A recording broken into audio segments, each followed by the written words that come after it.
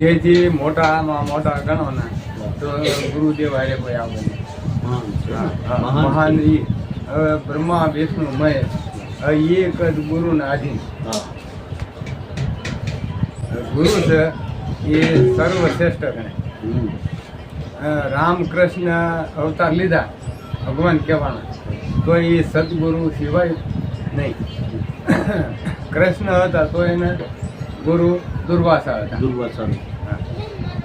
33 કરોડ છે એ ગુરુને આધીન. હવે ગુરુના ગુણનો કોઈ પાર જ નહીં. એવો ગુણ ગુરુનો મહિમા છે. 33 કરોડ દેવ ગુરુને આધીન. તો આપણે માણસ છે તો માણસને ગુરુ કરવા જોઈએ.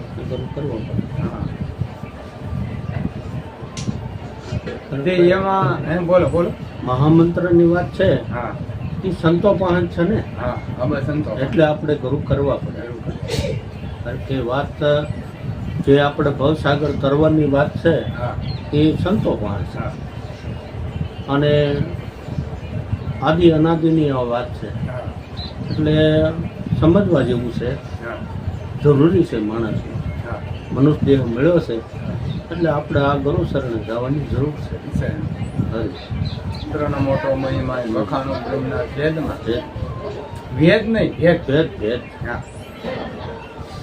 વખાણ તો ગુરુ મારા મહામંત્રનો મોટો મહિમા એ વખાણો તો બ્રહ્મના ભેદમાં. હવે જો ઋષિ મુનિ જપતા કઈ એના રૂડા જાઓ દીદી કે હરિ નહોતા ત્યારે વેદમાં હરિ નહોતા. વેદમાં નથી. વેદમાં નહીં. વેદ આ જે મહામંત્ર છે મહામંત્ર એનાથી જ વેદ થયો. એનેથી મહામંત્રથી વેદ થયો. તો મહામંત્ર એ વસન કોક મહામંત્ર કોક. ગંગા સત્ય પાનભાઈ વસન વચન જ કીધું ને. હા. વચન છે. હા, એટલે સદગુરુ વિના કોઈ પાય પોષે નહીં. નહીં. એટલે ગુરુ તો સંતોએ આમ કીધું કે ગુરુ ગુરુ ક્યાં કરો. આખો જો આ શરીર ને શરીર તો પોતે છે. કબીર સાહેબે કીધું હા તો કબીર કબીર ક્યાં કરો ખોજો આ શરીર શરીર તો પોતે સાહેબ કબીર. 5 ઇન્દ્રિય કે વચ કરો તો પોતે પોતે સાહેબ. હવે આ 5 ઇન્દ્રિય જે વંશ કરવી કામ ક્રોધ લોભ મોહ મમતા આ જો વંશ કરે તો ગુરુ દેહમાં દર્શન નહીતર દેખાય નહીં. ભજનથી વંચ થાય. ભજનથી વંશ થાય. તો ભજન કરવું કેનું સદગુરુ. સદગુરુ આપણે જે હા, ગુરુએ મહામંત્ર આપ્યો છે હા, એનું ભજન કરવાનું. હા, બસ. એનું ભજન આપણે કરવાનું. હા.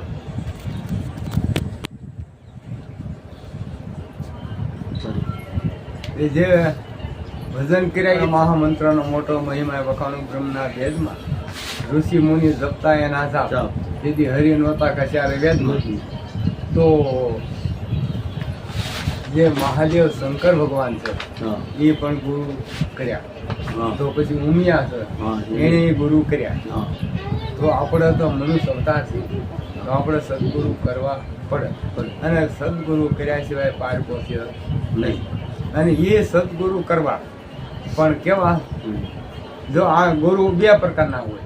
હા એક નહીં 2 પ્રકારના આવે. હા હા એક ગુરુ આવે કાન ફૂટ્યાના. હા હમ? તો કાન ફૂટ્યાના ગુરુ છે એ આપણને કાન ફૂટીને એમ કહે કે ભાઈ જીભ સત બોલજે કાન સત સાંભળજે. હા એટલે ખોટું ન સાંભળ. ખોટું નહીં. એ આપણે કાન ગુરુ એમ કહે. પછી માથે કે સતનો બોજો ઉપાડજે. માથે સતનો બોજો ઉપાડજે. હા અને હાથે કોનદાન કુંદન. હા કોનદાન કરજો. હવે આપણે એ સદગુરુ કર્યા આટલું એને શિખામણ દીધી બરોબર. પણ સદગુરુ જે છે ને હા એ શિખામણ એવી ગઈ કે તમને જન્મ મરણ બહુ પાર ઉતારવું. ના ફેરા મટાડી દીધી. હા જન્મ હા, જન્મ અને મરવું એ ફેરા મટાડી દીધી. હરી. તો આ જે સદગુરુ છે એ મહાનમાં મહાન છે. હા પછી હવે તમે કહો.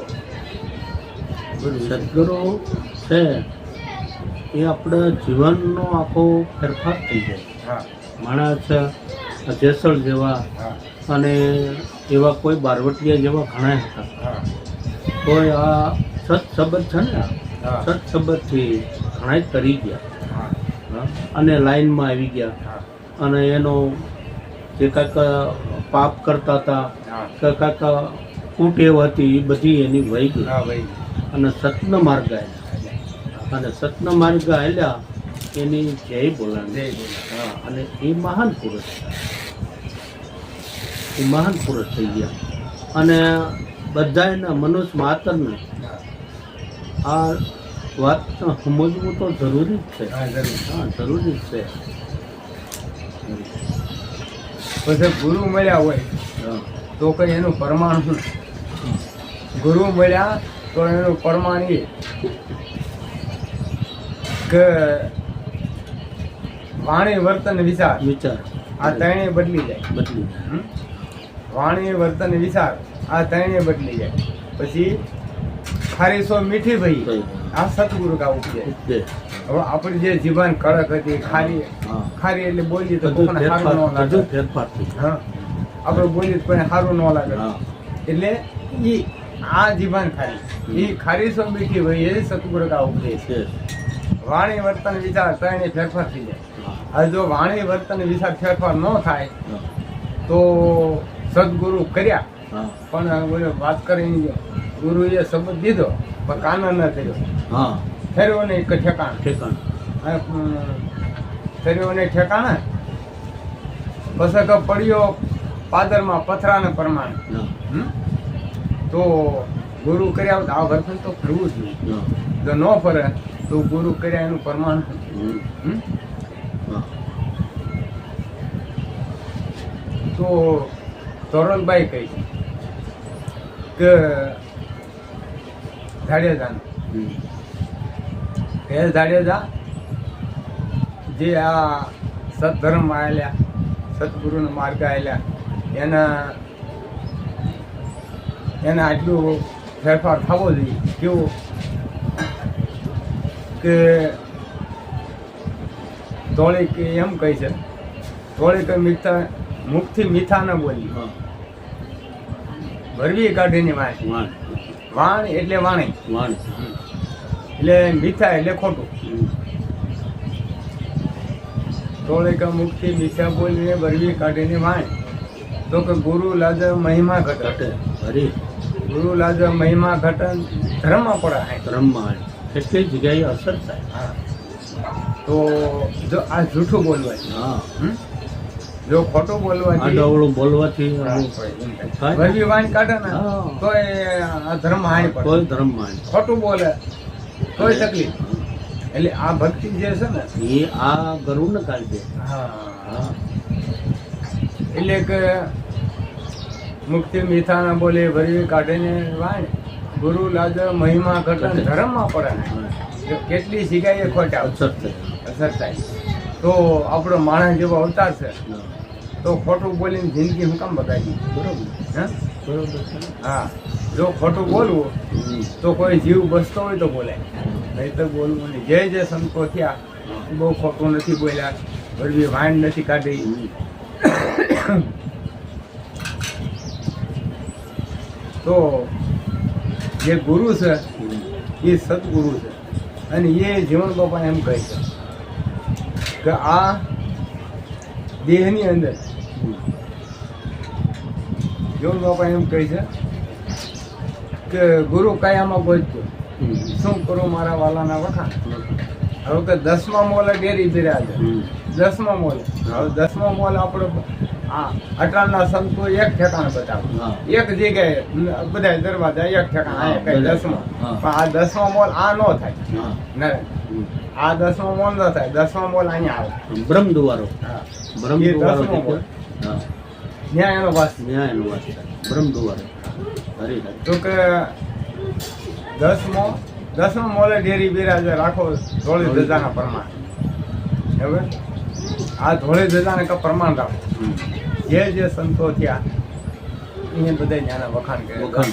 ત્યાંના. દસમા દુવારના. હા. હવે દસમા દુવારા જે છે એ સદગુરુ જો ગોરખ જતી જે ત્યાં એને ગુરુ કર્યા મસંદર રાજા ગોપીચંદ થયા એને ગુરુ કર્યા. ગુરુ વગર કોઈ પાર પહોંચે નહીં. મુક્તિ નથી ને કરવું. હા એટલે કીધું ને કે અન સમાન કોઈ નહીં. હા હમ? બરાબર. અન સમાન કોઈ નહીં અને ગુરુ વિના મુક્તિ નહીં. હવે મુક્તિ એટલે કોને આપણે મુક્તિ કહીએ કે જે સદગુરુ થયા અને સતગુરુ એટલે સત સત ઈ જ ગુરુ હો, બીજા નહીં. હા હા હા અંદર જે બેઠો ને ઈ સત નહીં, ઈ સત ઈ જ ગુરુ, બીજા નહીં. અને દાદા રામજીએ પણ ગુરુ કર્યા હા બાલનાથ. હા હવે જો એને ગુરુ કર્યા તો એનો ગુરુ અને ધેરવાનો ગુરુ હા બે એક ને. તો એક ગુરુ ને બે શિષ્ય તો એક રાક્ષસ બન્યો હા અને આના રામો પીર પીર બન્યો. પીર પીર. એટલે બોલો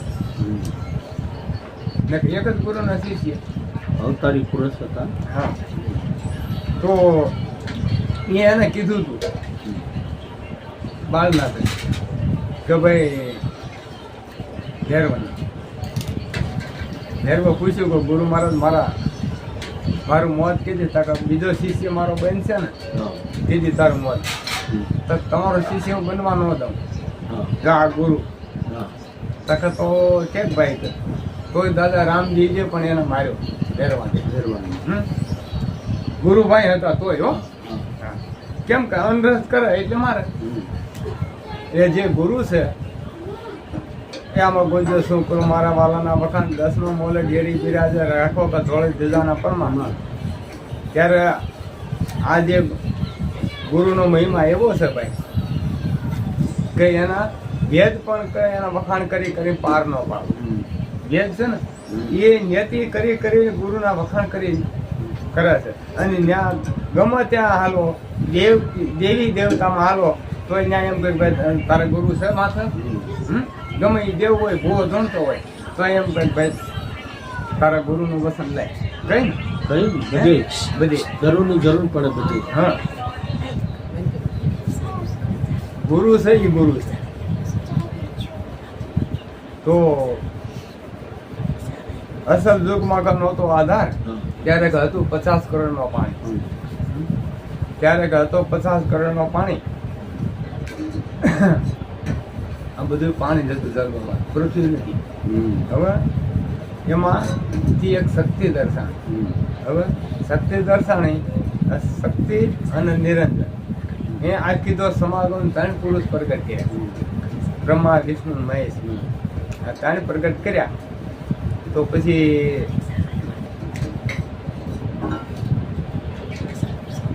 બ્રહ્મા રહ્યા એ મોટા, વિષ્ણુ એનાથી નાના અને મહાદેવ નાના. એને ત્રીજો નંબર. હવે મહાદેવ અખંડાનંદ છે, કોઈ દી ખંડિત નહીં. એ અવતાર ધારણ કરે અજરા અમર. તો એને ગુરુ કર્યા, એને કરવા પડ્યા. તો ગુરુ કર્યા તો એમાં માતા ઉમિયાજી ને નારદ કીધું કે માતાજી તમને કઈ ખબર તા કે હું મહાદેવ અખંડાનંદ તમે તો ખંડિત, તમે તો કેટલા વાર જન્મ અને મરવું તાકે તો એની પાસે એવું શું છે તે આ મહાદેવ અખંડાનંદ એની પાસે મહામંત્ર